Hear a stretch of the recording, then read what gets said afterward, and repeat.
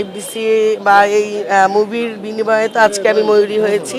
Miss করি, অবশ্যই miss করি, আপনাদেরকেও মিস করি, তো দোয়া করবেন। এবার পরিবেশটা খুবই ভালো লাগলো, যেহেতু বাইরের মানুষ নাই, আমরা সবাই নিজেরা।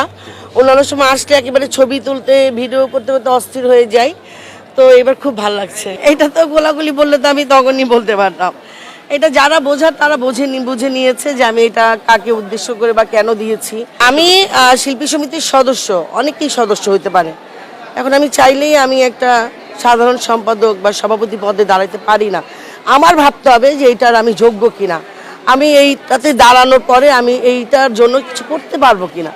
মন চাইলে অনেকেই তো ইলেকশন করতে পারে, শেখ হাসিনার এসে গিয়েও কেউ ইলেকশন করতে পারে, কিন্তু আগে ভাবতে হবে যে আমি যেটা করব আমি এটার কার্যক্রম করতে পারবো কিনা।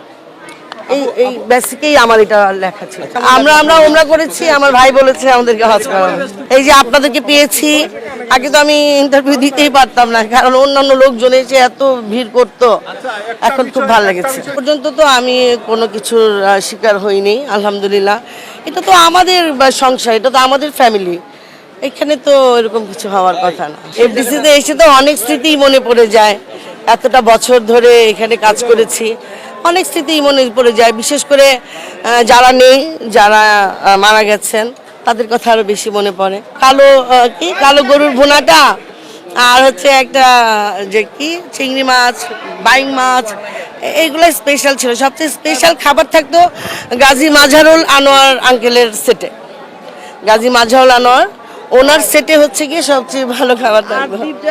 আর দীপজল সাহেবের সাবারে আপাতত ওর জন্য করছি না, ওই যে বললাম যে শারীরিক যে অবস্থা, সেই জন্য কাজ করছি না। এখন আমি কোনো চেষ্টা চালাচ্ছি না, দেখা যাক পরবর্তীতে কি হয়। বাসায় এই যে ফ্যামিলিতে আমার মা, আমার বাচ্চারা, আমার হাজবেন্ড।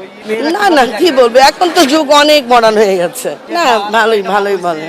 ওরা আসলে চিনতে পারে না, তখন তো আরো শুকনা ছিলাম, আর এখন তো অনেকটাই হয়ে গেছে। আমার ছেলে তো চেনেই না, মেয়ে একটু যাও চেনে।